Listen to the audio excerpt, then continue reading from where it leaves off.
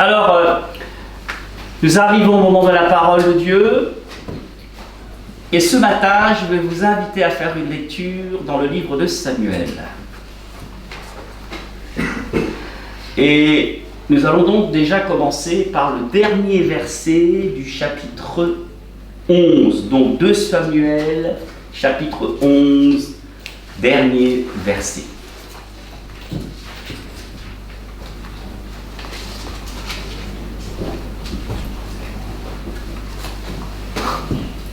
Lorsque la femme d'Uri apprit que son mari était mort, elle prit le deuil pour lui.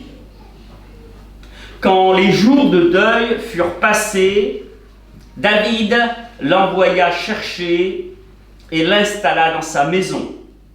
Elle devint sa femme et lui donna un fils. Mais ce que David avait fait déplut à l'Éternel. L'Éternel envoya Nathan chez David. Le prophète alla donc le trouver et lui dit: dans une ville vivaient 2 hommes, l'un riche et l'autre pauvre. Le riche possédait beaucoup de moutons et de brebis. Le pauvre n'avait qu'une petite brebis qu'il avait achetée et qu'il élevait. Elle grandissait chez lui auprès de ses enfants. Elle mangeait de son pain, buvait à son bol et couchait dans ses bras. Elle était pour lui comme une fille. Un jour, un voyageur arriva chez l'homme riche. Mais celui-ci ne voulut pas prendre une bête de ses troupeaux de moutons ou de bœuf pour préparer un repas aux voyageurs de passage. Alors, il alla prendre la brebis du pauvre et la fit apprêter pour son hôte. David entra dans une violente colère contre cet homme. Il dit à Nathan: aussi vrai que l'Éternel est vivant, l'homme qui a fait cela mérite la mort. Il restituera 4 fois la valeur de la brebis pour avoir commis un tel acte et pour avoir agi sans pitié.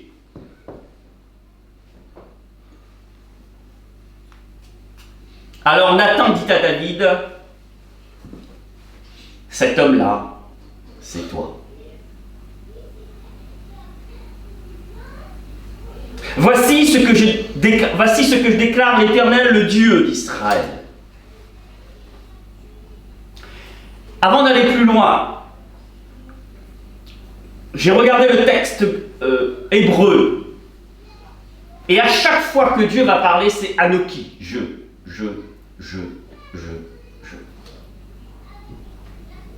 Par rapport à la suite. Voici ce que déclare l'Éternel, le Dieu d'Israël. Je t'ai conféré l'onction pour t'établir roi d'Israël. Et je t'ai délivré de Saül. Je t'ai livré la maison de ton seigneur Saül. J'ai mis les femmes de ton Seigneur dans tes bras, et je t'ai établi chef sur Israël et sur Juda. Et si cela était trop peu, j'étais prêt à y ajouter encore d'autres dons. Alors, pourquoi as-tu méprisé ma parole en faisant ce que je considère comme mal? Tu as assassiné par l'épée Uri le Hittite. Tu as pris sa femme pour en faire la tienne. Et lui-même, qu'as-tu fait? Tu l'as fait mourir par l'épée des Ammonites. maintenant. La violence ne quittera plus jamais ta famille parce que tu m'as méprisé et que tu as pris la femme d'Uri, le Hittite, pour en faire ta femme. Voici ce que je déclare. Voici ce que déclare l'Éternel. Je vais faire venir le malheur contre toi. Du sein même de ta famille, je prendrai sous tes yeux tes propres femmes pour les donner à un autre qui s'unira à elles au grand jour. Toi, tu agis en cachette, mais moi, j'exécuterai cela sous les yeux de tout Israël au grand jour.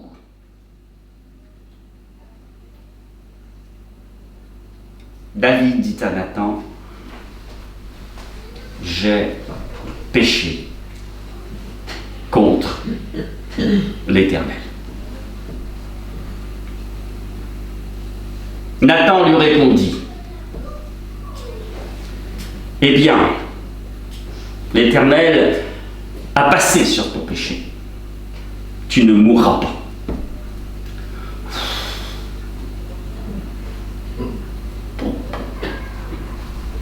Toutefois,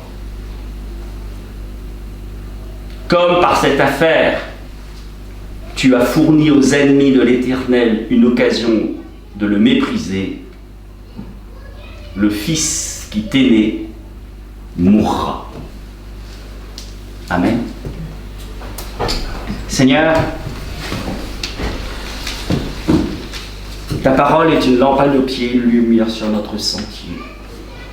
Quand je lis ce texte, je mesure toute la miséricorde dont tu fais preuve à l'encontre de David. Le grand roi David. Il y a le petit David et le grand David. Et entre les deux, il y a une marche à franchir. L'humiliation et la repentance. Oh, Seigneur, pouvons-nous lui jeter la pierre? Oh, nous n'avons peut-être pas tué quelqu'un, mais combien de fois avons-nous méprisé ta parole? Combien de fois? Mais dans ton amour, toi qui es Dieu, 3 fois saint, tu ne cesses de pardonner. Tu encourages, tu relèves, tu es patient. Seigneur, reçois toute l'adoration de mon cœur et de nos cœurs. Et parle-nous, pour que nous puissions t'aimer davantage et grandir dans l'obéissance. Parce que Seigneur, comme ta parole le dit, ta volonté est bonne, parfaite et agréable. Que tu sois béni dans le très beau nom de Jésus-Christ. Amen. Amen. Il y a des moments dans la vie où nous pensons avoir réussi à cacher quelque chose. Nous avons fermé la porte, tiré les rideaux. Le monde continue de tourner, et nous avec lui. David en est l'exemple parfait. Après avoir convoité Bathsheba, commis l'adultère, il fit tuer Uri, le mari de Bathsheba. Et il reprend alors ses fonctions royales. La vie suit son cours. Personne n'a vu, personne ne sait. Ou du moins, c'est ce que David croit. D'après les analystes, ça a duré à peu près 1 an. Mes frères et sœurs, amis, Dieu sait tout. Dieu voit tout. Et Dieu agira. Et agit. La question que ce texte pose à notre cœur humain est celle-ci. Pourquoi avons-nous tant de mal à voir notre propre péché? Et pourquoi avons-nous tant besoin que quelqu'un nous dise « tu es cet homme-là » ou cette femme-là? La condition humaine révélée ici, c'est notre capacité remarquable à l'aveuglement moral, à condamner chez l'autre ce que nous pratiquons nous-mêmes, à justifier nos actes par notre position, notre pouvoir, nos succès passés. David est roi, loin de Dieu, homme selon le cœur de Dieu, et pourtant, ce n'est pas malgré sa grandeur qu'il a péché, c'est avec elle. Plus nous sommes élevés, plus le vertige semble grand. La vérité centrale de ce texte, c'est que Dieu, dans sa grâce souveraine, vient chercher le péché là où il est. Dieu, dans sa grâce souveraine, vient chercher le pécheur là où il est. Lui révèle la vérité sur lui-même. Le juge avec justice et le relève avec miséricorde et amour.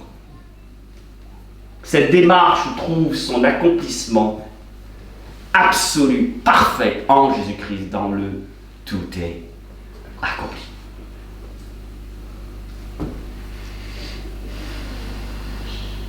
Alors, peut-être nous vivons dans un angle mort spirituel. Et peut-être que nous avons compartimenté notre vie entre le David public et le David privé. Mais aussi, peut-être que ce matin, il y a quelqu'un qui se désespère de ses fautes passées et a du mal à croire que la grâce qui coule de la croix peut l'en délivrer. Entre le petit David et le grand David, il y a la repentance et l'humiliation.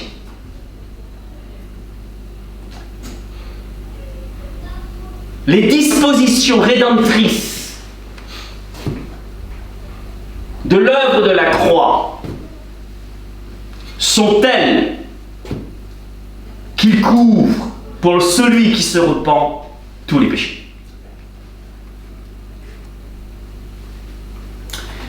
Ce qui arrive, je vais vous présenter donc ma première pensée. C'était l'introduction.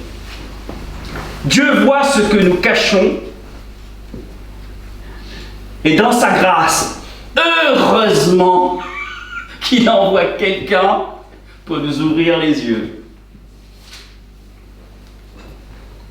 Nathan entre de la cour du roi. Ah, Nathan, en hébreu, Nathan, c'est donné, Nathan. Prophète Nathan. Alors peut-être qu'à ce moment-là, David était dans ses appartements et que plusieurs mois se sont écoulés, rien ne s'est passé. Il a dû regarder la tête du prophète en disant « Ok, c'est bon, j'ai réussi, le crime parfait. » Malheureusement, Nathan n'arrive pas avec une bonne nouvelle. Mais c'est subtil ce qui va se passer. Le prophète ne va pas arriver avec une accusation frontale. Il raconte une histoire. C'est une parabole d'une redoutable efficacité. Un homme riche possède des troupeaux innombrables. Alors, c'est dans le texte hébreu, c'est petits troupeaux et gros troupeaux. Donc, des brebis, des bœufs, etc. Bref, il est riche. Un homme pauvre n'a qu'une brebis, une petite. Et il aime cette brebis comme sa propre fille.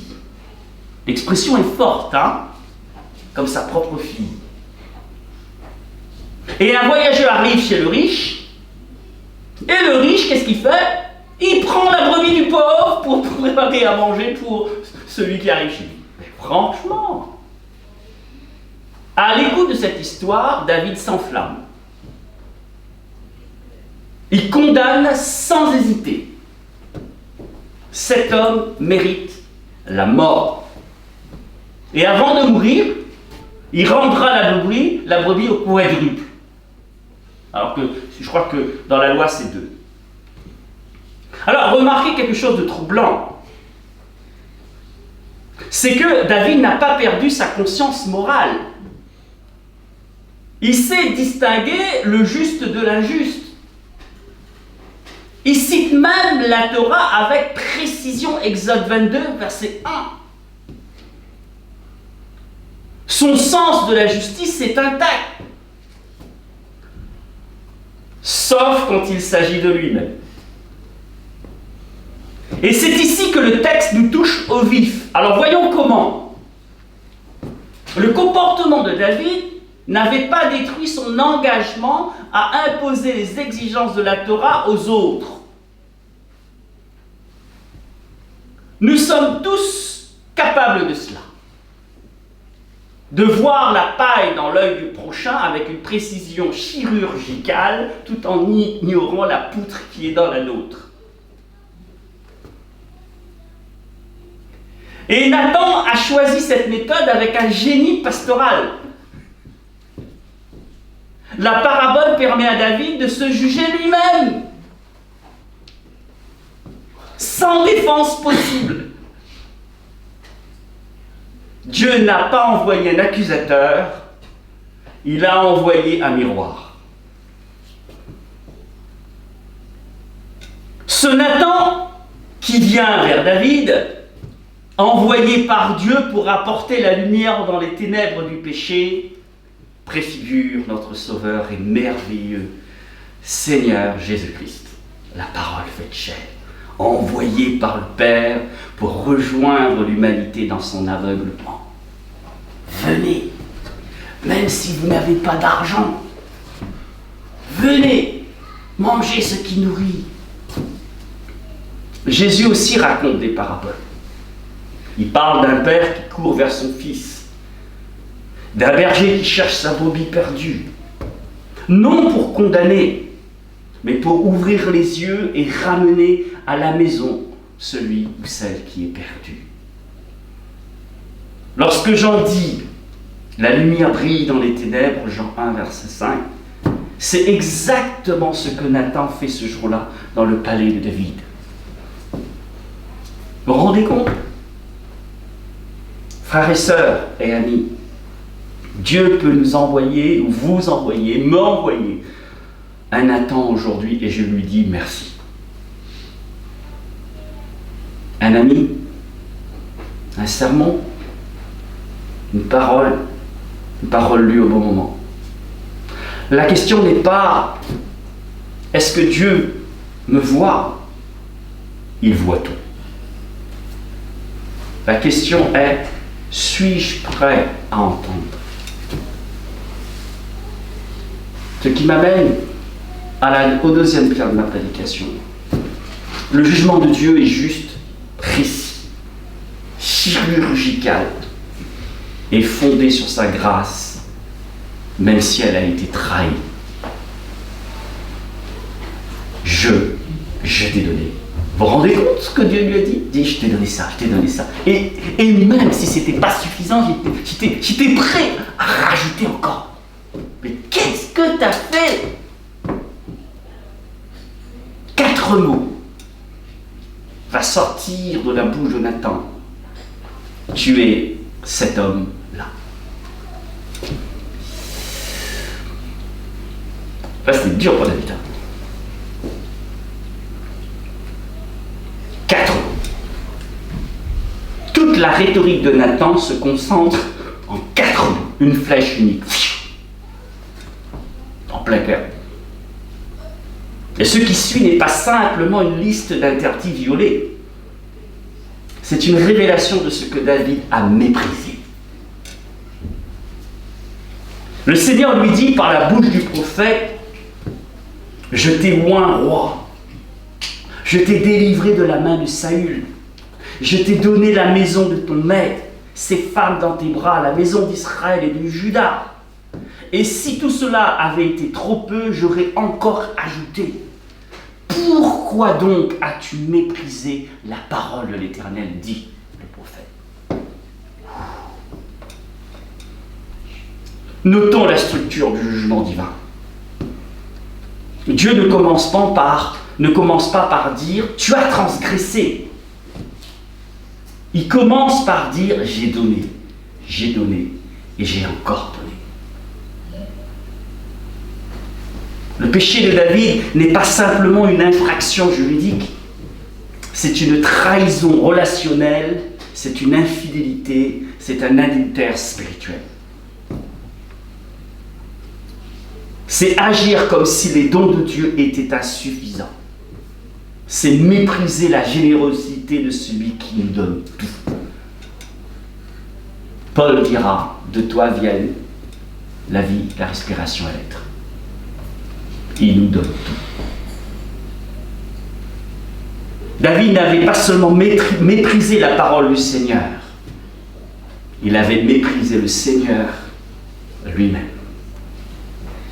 Le Seigneur et sa parole étaient inséparables, frères et sœurs. C'est pour cette raison que j'ai lu Ésaïe 55. Mais je vais vous faire un secret à la fin de la prédication.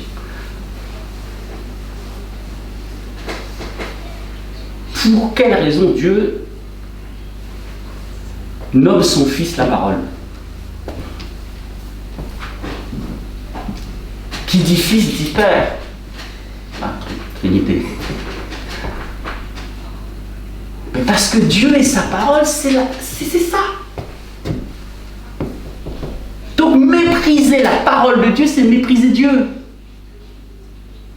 Mais qui sommes-nous? Qui sommes-nous pour le faire? Et les conséquences, frères et sœurs, seront à la mesure de la faute commise par David. Et là, le principe du talion entre en jeu, verset 11. David a agi en secret, la honte sera publique. Il a pris la femme d'un homme. Ses propres femmes lui seront prises. Et par qui? Aïe, aïe, aïe, aïe, aïe, par son propre fils, Absalom. Horrible. Humiliation totale.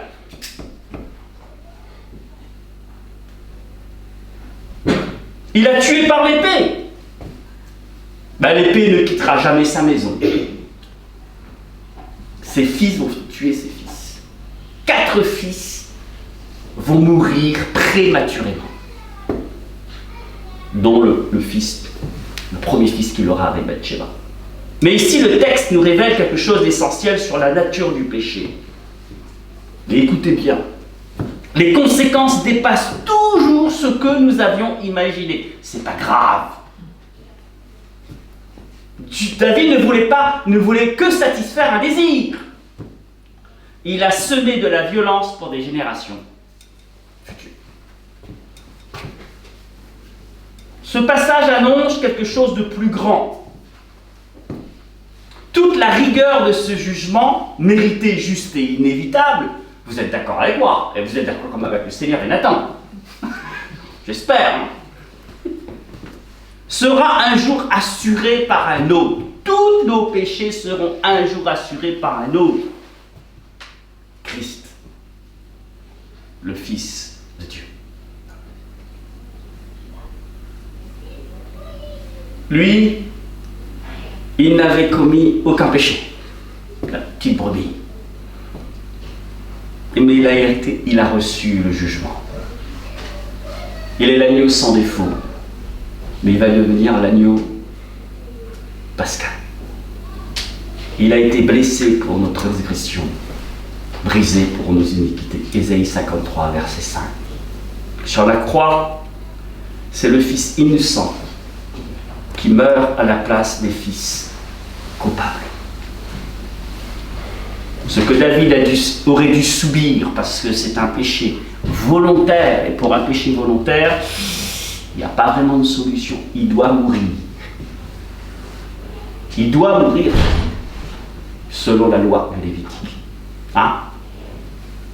Ce que David aurait dû subir la mort, il ne le subira pas.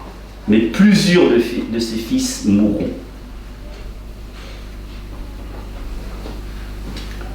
Frères et sœurs, nous vivons dans une culture qui minimise les conséquences du péché. Ce n'est pas grave, ça ne regarde que toi, ou ça ne regarde que moi, on ne me voit pas. Mais le texte nous dit que le péché rayonne, irradie, comme le nucléaire, des atomes radioactifs. Il touche tous les proches, les générations futures, la réputation de Dieu dans le monde. Ah, ça c'est important ça. Hein? Il nous faut prendre le péché au sérieux.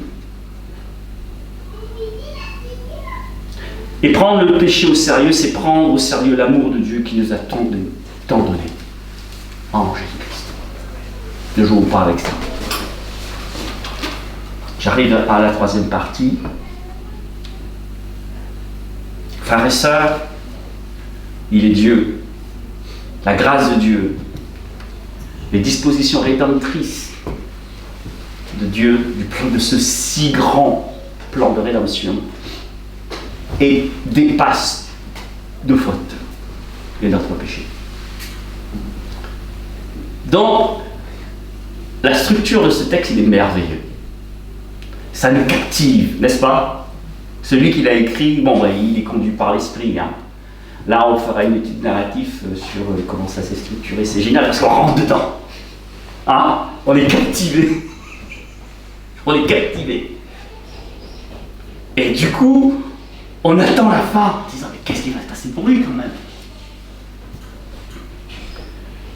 Et puis tout bascule. En quelques mots. David dit j'ai péché contre l'Éternel. Mais pas d'excuse, pas de négociation, pas de certes mais, et pourtant, juste une confession nue, directe, sans filet. Nathan lui répond immédiatement, l'Éternel a pardonné ton péché, tu ne mourras pas. Et là, alors, je m'arrêtais là, c'est pas prévu. Hein. Mais j'ai trop mal, Seigneur, c'est trop facile. Hein. Mais ça, c'est la miséricorde de Dieu. Hein. Est-ce qu'on on aurait été... Non, je vous pose sincèrement une question là ce matin. Est-ce que vous auriez été aussi miséricordieux? J'en doute. Je confesse, j'en doute. J'en doute. L'Éternel a pardonné ton péché, tu ne mourras pas parce qu'il devait mourir. C'est une des phrases les plus extraordinaires de l'Ancien Testament. Or, la Torah est formelle. L'adultère et le meurtre sont punis de mort, Lévitique 20, verset 10, Deutéronome 22, verset 22. Il doit mourir. David le savait. Il venait de citer la Torah lui-même. Il doit mourir. Et pourtant, qu'est-ce qu'il entend de la bouche de Dieu? Tu ne mourras pas. Waouh! Vous comprenez par la suite l'amour de David à l'égard de Dieu ensuite, hein? Et j'aime bien ce passage, il est extraordinaire, lorsque David dit, mais Seigneur, mais t'as pas de temps, moi j'ai une belle maison, moi je veux te construire quelque chose. Et Nathan lui dit, va, fais ce qu'il y a dans ton cœur. Et Nathan sort. À peine que le prophète sort, Dieu lui dit, va revoir David. Et dis-lui que c'est moi qui vais te construire une maison. Pourquoi? Parce que ça a détruit la maison.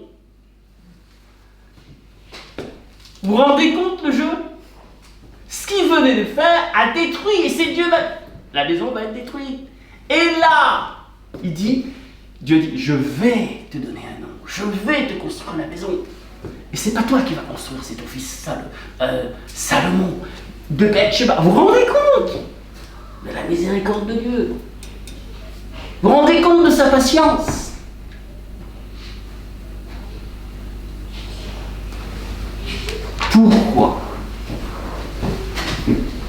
Pourquoi Dieu fait-il cela?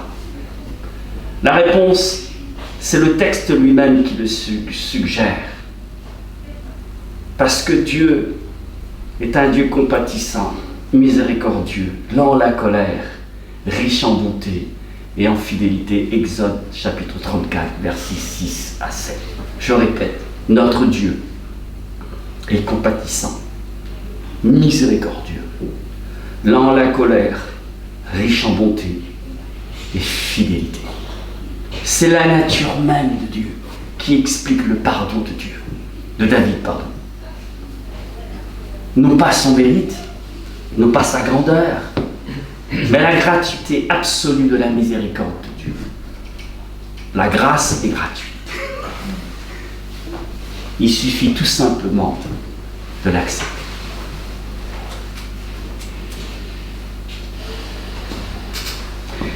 Et bien justement, frères et sœurs, c'est le moment, et quelqu'un écrira, les commentateurs écrira, c'est le tournant de la vie de David.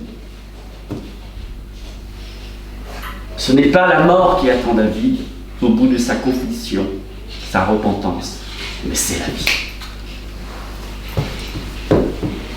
La repentance. Il nous faut rappeler une réalité importante, frères et sœurs, cependant. Le pardon de Dieu ne supprime pas toutes les conséquences de notre péché. Le fils né de cette union mourra. La violence entrera dans la maison de David. Le pardon, certes, remet l'homme debout, mais ne l'extrait pas de l'histoire qu'il a créée. David devra avancer, non pas depuis avant sa faute, mais depuis là où il se trouve maintenant, avec toutes les conséquences. Cette scène est une préfiguration imparfaite de ce qui se réalisera pleinement en Jésus-Christ. À la croix, Dieu pardonne. Un fils innocent est mort. C'est une image troublante. Le premier fils de David avec Bathsheba doit mourir. Est-ce que c'est une image prophétique? Le fils unique de Dieu innocent mourra pour nous, des fils coupables, afin que nous vivions. En Christ, frères et sœurs, la grâce n'est plus une tension, n'est plus en tension ou une tension avec la justice. Elle est l'accomplissement de la justice. Romains 3, verset 26 dit que Dieu est à la fois juste et celui qui justifie. La croix est le lieu où ces deux réalités se rencontrent. De la croix, la grâce coule, se manifeste en abondance. Amen. Et alors, il y a le fameux psaume 51. Le psaume de repentance attribué à David après cet épisode nous donne accès à l'intérieur de ce cœur brisé et relevé. Donc, ce que nous avons lu en 2 Samuel 12, c'est la caméra qui filme. Vous voyez toute la scène. Mais Dieu explique, grâce au narrateur, le psaume 51 nous décrit ce qui se passe, phase cachée dans le cœur de David. Le psaume 51 est l'âme intérieure de ce que 2 Samuel 12 nous raconte de l'extérieur. Si le récit de Nathan nous montre les faits, la confrontation, la confession, le pardon, le psaume 51 nous ouvre les portes du cœur de David après la rencontre avec Nathan. Les deux textes se lisent ensemble comme un diptyque. Il y a une réelle repentance. D'ailleurs, c'est écrit psaume de David lorsque le prophète Nathan vint le trouver après que David fut allé vers Bethsabée ou Bathsheba. Ce n'est pas une repentance de façade. Le psaume 51 est un document de l'âme, long, douloureux et structuré, qui montre que la confession de David, en 3 mots, j'ai péché contre l'Éternel, n'était pas une formule de sortie de crise, mais l'expression d'un travail intérieur profond. Le péché est fondamentalement vertical, parce qu'il n'y a que Dieu qui peut pardonner vraiment. Verset 4, c'est contre toi seul que j'ai péché, j'ai fait ce qui est mal à tes yeux. Il a méprisé Dieu lui-même. N'oublions pas, frères et sœurs. Et le psaume intègre parfaitement ce diagnostic. Et qu'en est-il du riz? Pourquoi a-t-il tué? Pourquoi avait-il besoin de tuer?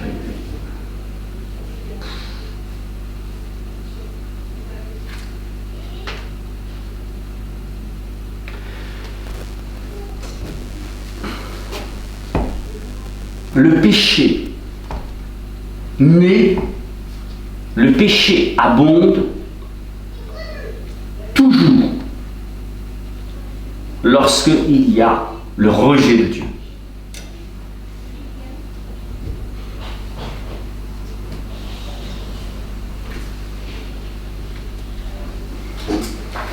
Le péché est constitutif, pas accidentel. Verset 5 du psaume 51, David dira « Je suis né dans l'iniquité, ma mère m'a conçu dans le péché ». David ne cherche pas une excuse biologique. Il reconnaît que quelque chose de plus profond agit en lui. Ce qu'il a fait n'est pas un accident de parcours, c'est la manifestation de ce qu'il est par nature. C'est l'une des déclarations les plus lucides sur la condition humaine dans tout l'Ancien Testament. Et l'une des plus christologiques ou christocentriques, car elle appelle un remède qui dépasse le simple effort moral. Nous avons besoin de la grâce, Dieu. Et c'est pour cette raison que David dira à un moment, « Ô Dieu, crée en moi un cœur pur, renouvelle en moi un esprit bien disposé. » Verset 10. Et frères et sœurs, le verbe utilisé dans ce texte, c'est « bara ». Et bara, c'est exactement le même verbe utilisé dans le premier verset de la Genèse. C'est création à partir de rien. Il n'y a que Dieu qui peut faire ça. Il n'y a que Dieu qui peut faire ça. Et l'utilisation de ce verbe est remarquable. David ne demande pas une réparation. Il demande une nouvelle création. Et frères et sœurs, nous sommes de nouvelles créations en Jésus-Christ. Il sait que le problème est trop profond pour un simple amendement de conduite. Et cela annonce directement la promesse d'Ézéchiel 36, verset 26. Je vous donnerai un cœur nouveau. Et la réalité de la nouvelle naissance en Christ, Jean 3, Nicodème, 2 Corinthiens 5, 17.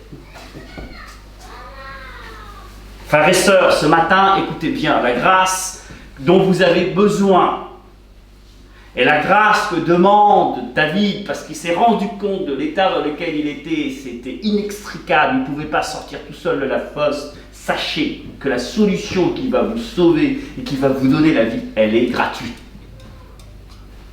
D'où le Ésaïe 55. Venez, même si vous n'avez pas d'argent. Venez, c'est gratuit. Et elle est inconditionnelle. Il suffit tout simplement de l'accepter. Et il dira, efface les transgressions, lave-moi de mon iniquité, purifie-moi de mon péché.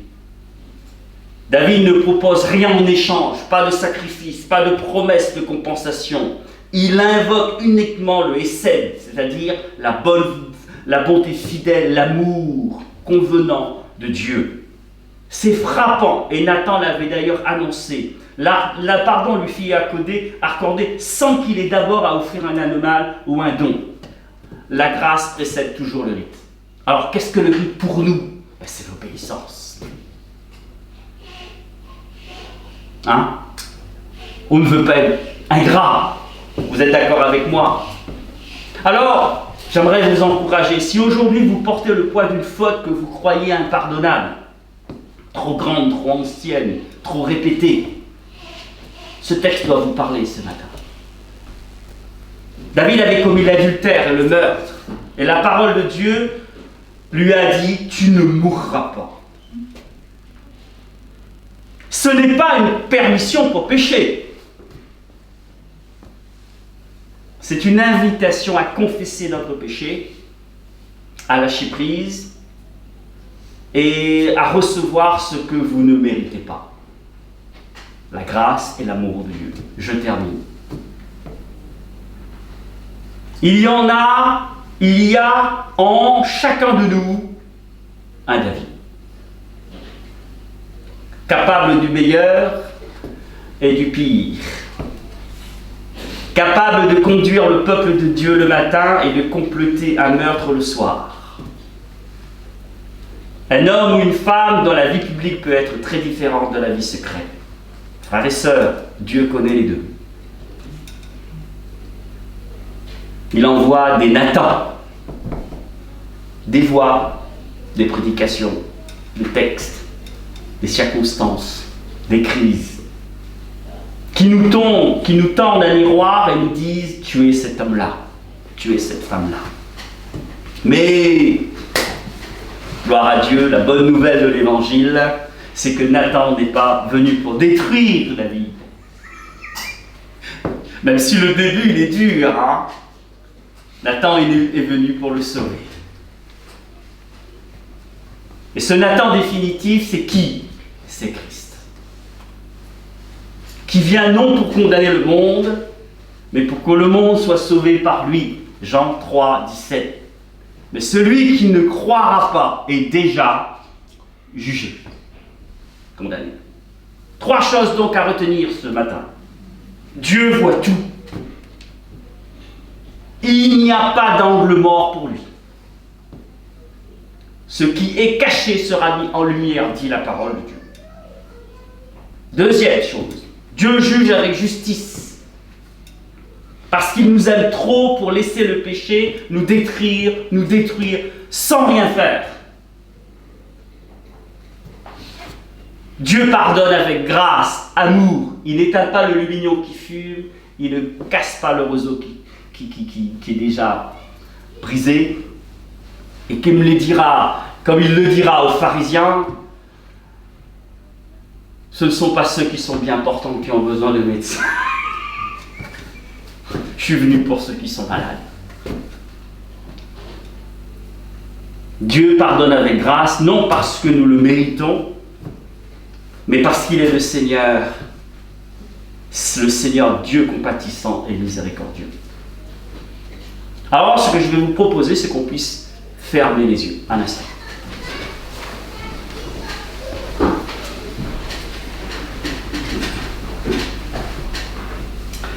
Y a-t-il quelque chose dans ta vie dont tu pourrais dire simplement, Seigneur, j'ai péché contre toi.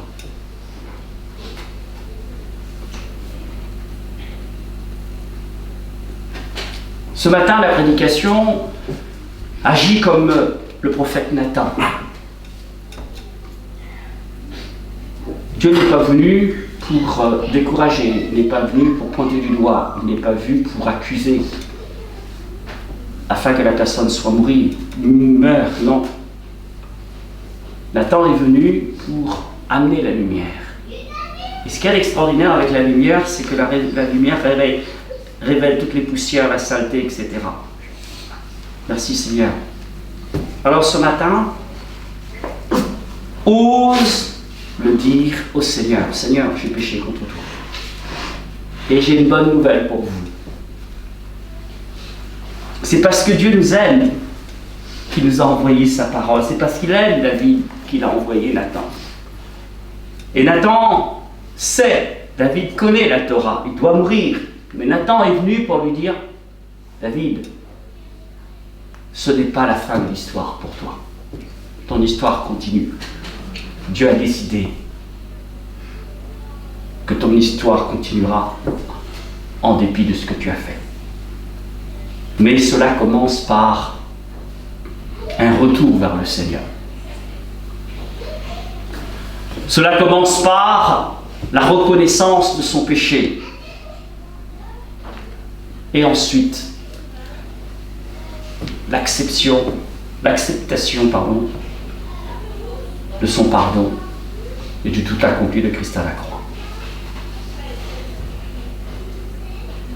Et laissons-nous convaincre, laissez-nous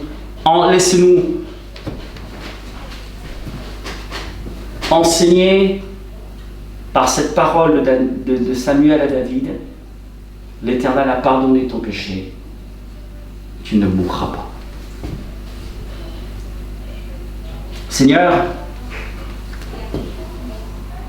qu'est-ce que l'homme pour que tu prennes soin de lui?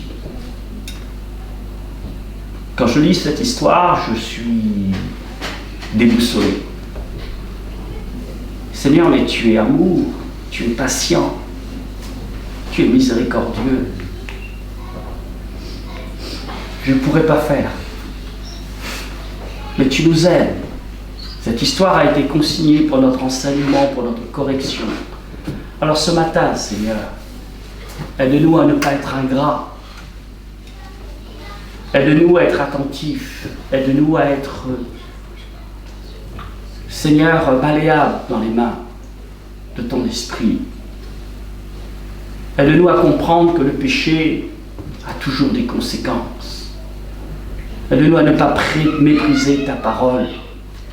Aide-nous à t'aimer davantage. D'ailleurs, n'est-il pas écrit, tu aimeras le Seigneur ton Dieu de tout ton cœur, de toute ton âme, de toute ta force et de toute ta pensée. Tu aimeras ton prochain comme toi-même. Seigneur, aide-nous à obéir à cette parole. C'est au nom de Jésus-Christ que je t'ai prié.